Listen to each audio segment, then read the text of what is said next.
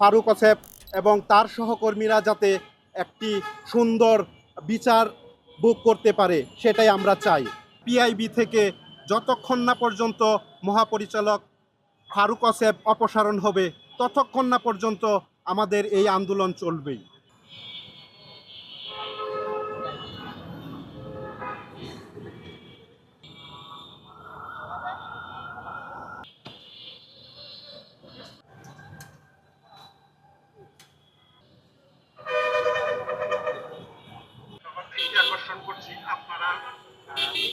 তথ্যমন্ত্রীর কাছে আহ্বান জানাবো, আপনি যত তাড়াতাড়ি সম্ভব এই ফারুক সাহেবকে সরিয়ে এখানে একটা যোগ্য অভিজ্ঞ একটা মহাপরিচালক দিবেন, কারণ এটা একটা শিক্ষা প্রতিষ্ঠানের মতো সকল সাংবাদিকদের আস্থার স্থল। এই দুর্নীতিবাজ মহাপরিচালক এবং তাকে যারা দ্রুত অপসারণ করে সাংবাদিকদের নিশ্চিত করে যে এই প্রতিষ্ঠানে সাংবাদিকদের সেবায় কাজ করে আসছেন।